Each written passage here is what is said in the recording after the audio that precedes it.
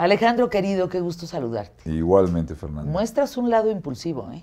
¿Impulsivo? Sí. ¿En qué sentido?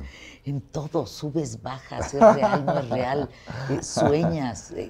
Me hiciste dudar si la realidad supera la ficción.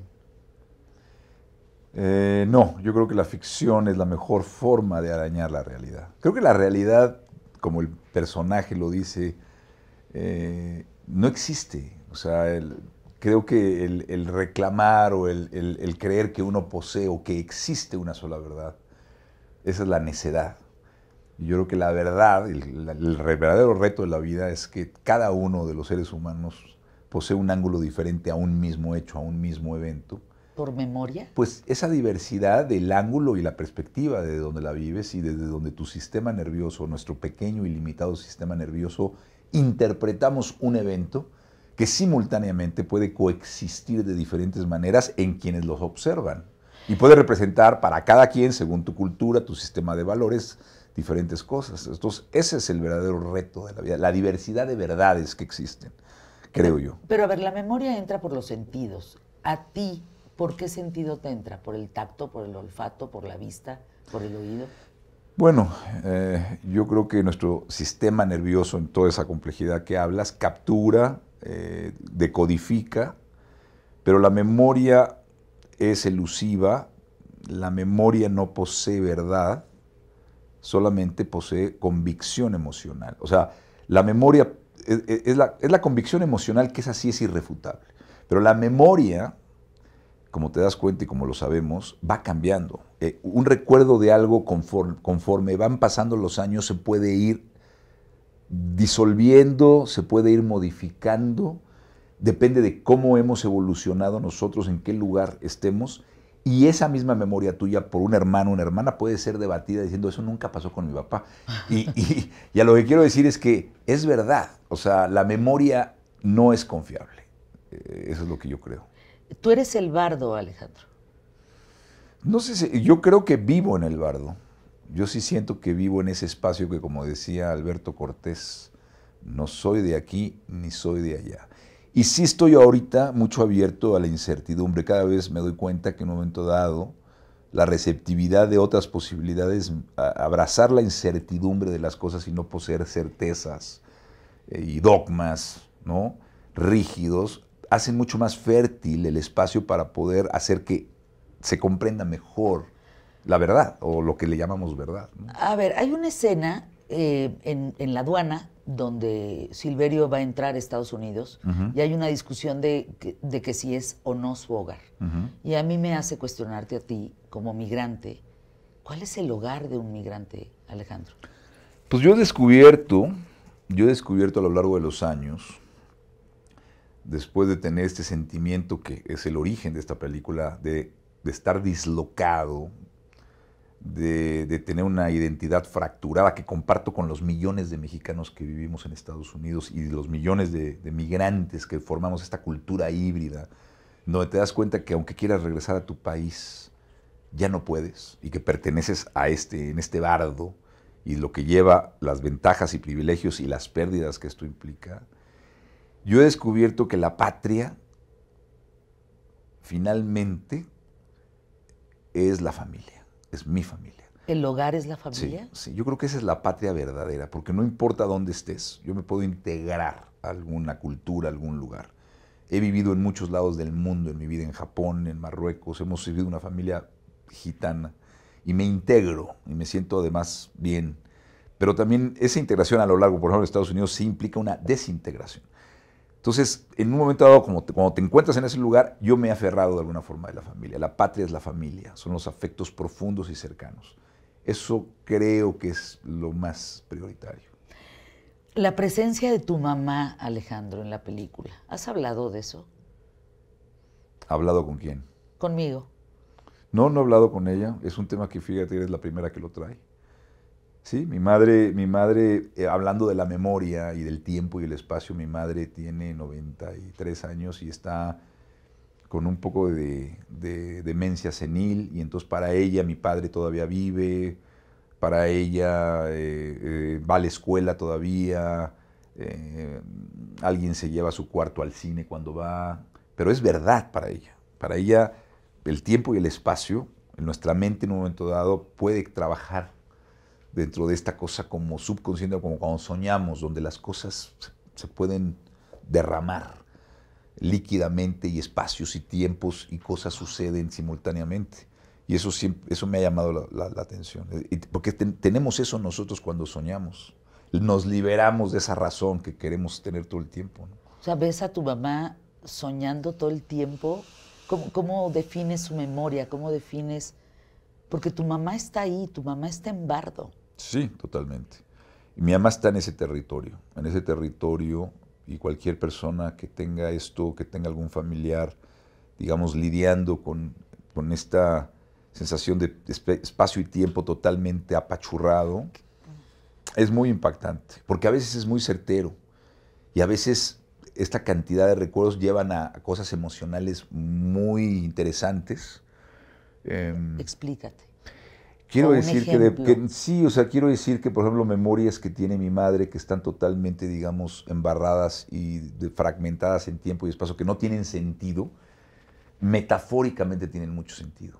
O sea, tienen como algo verdadero y honesto en lo que quiere decir. Son como haikus, en donde pone ya 2 o 3 imágenes que no tienen aparentemente nada que ver, pero de pronto pueden llegar a tener sentido. Alejandro, cuando salí de ver Bardo, la persona que venía conmigo me dijo, señora, ¿cómo le fue? Muy bien. ¿De qué se trata la película? Y no supe contestarle. Me acabas de dar la respuesta. Bardo trata de eso. Bardo trata es la vida contada desde el final de la vida, es como contar una historia, es como Rayuela de Cortázar, ¿no? O sea, se puede entrar en cualquier lugar, pero es una película circular. Y la película está construida no con una estructura de primer acto, segundo acto, tercer acto, quién mató a quién. No es una narrativa convencional. No, pues no son estos haikus de tu mamá, lo que sí, estás diciendo, los QRs, ¿no? Pues es una especie de, ¿cómo te puedo decir? Mosaico, radiografía de pensamientos, sentimientos, sueños, miedos, culpas, pasado, presente, futuro, muerte, vida, dualidades. Entonces todo esto compone. Ahora, quiero que la gente, quizá ahorita que nos está escuchando, no quiero que la gente que vaya a ver al cine esta película la semana que entra se espante. En esta película no hay nada que entender.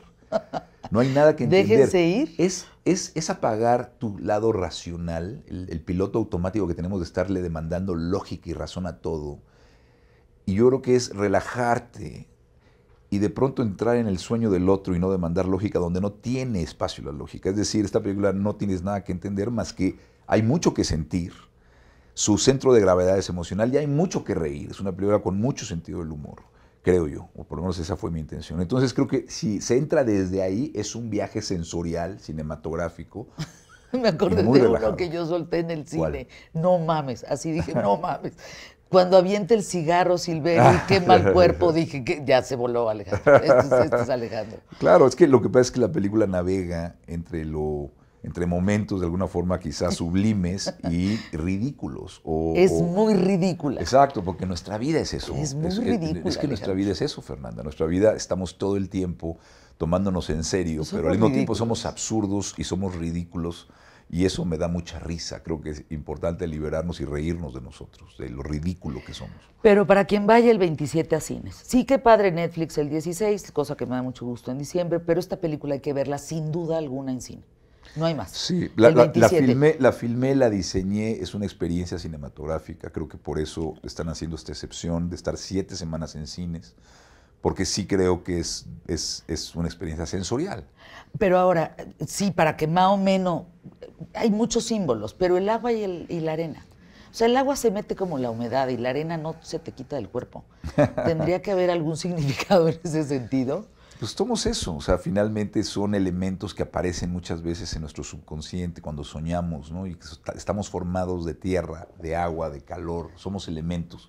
Y estos van, vienen, cambian, y son sensaciones, ¿no? Estos elementos nos dan esa sensación de humedad, ¿no? O sea, creo que el personaje está lidiando con todas estas formas, ¿no? ¿Con qué te quedas de esta plática? Porque yo necesito como 1 hora contigo, pero no la tengo. ¿Con qué te vas? No, yo creo que me encanta, digo, que te hayas conectado con ese bardo y que todo este sinsentido haya tenido sentido, porque creo que, repito, menospreciamos nuestro subconsciente, pero creo que cuando nos refugiamos nos abrimos, aceptamos la incertidumbre de las cosas, eso nos hace mucho más, más presentes, creo yo, ¿no? O sea, creo que nos hace más presentes en eso. Y creo que, por lo que me dices, tú estuviste presente en el teatro, ¿no? Estabas recibiendo lo que estaba pasando. La arena no se me quitó en un buen rato.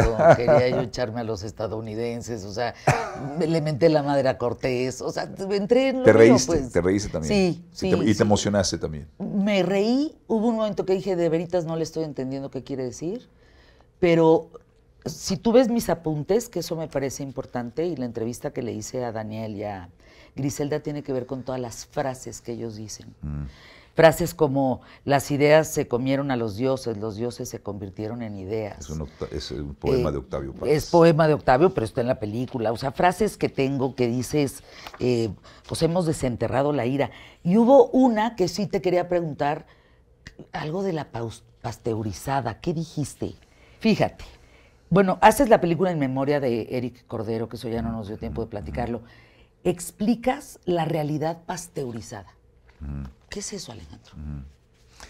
Bueno, lo que pasa es que la hija, de alguna forma, Camila le dice a Silverio que esa realidad, ¿no? El padre en un momento dado ella está diciéndole al padre que quiere volver a venir a México y él la previene acerca de la seguridad, ¿no? Porque la película también habla de los desaparecidos. Hombre. Que tenemos 130,000 desaparecidos en democracia, ese es el récord más grande en la historia de la humanidad. Y hemos normalizado cosas que no deberíamos de normalizar. Y él está previniendo de qué va a hacer en México, ¿no?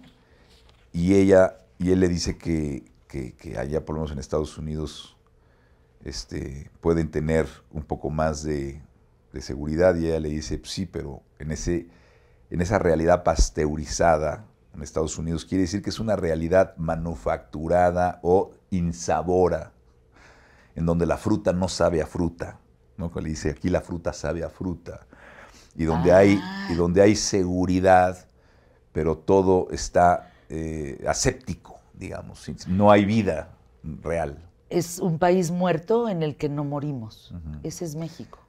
Ese es el final de la frase que cierra Daniel con Hernán Cortés, ¿no? Sí, es un país donde hay, pues sí, hay esta presencia constante, ¿no? En México creo que coexiste la belleza, el color, la pasión, la música y la cumbia con la muerte, ¿no? Y la incertidumbre constante. Esa es un poco nuestra naturaleza. Así yo veo México, como un estado mental en ese orden, donde coexisten todas esas cosas en esta escena del baile. O eso para mí es México. Esa es un poquito la sensación que tengo de México. Coexiste todo eso al mismo tiempo y ya nos acostumbramos. A mí me encantan tus locuras y me encanta verte. Igualmente. Qué bueno que estás bien. Igualmente, de verdad. Gracias por hoy. Gracias a ti. Gracias a ti.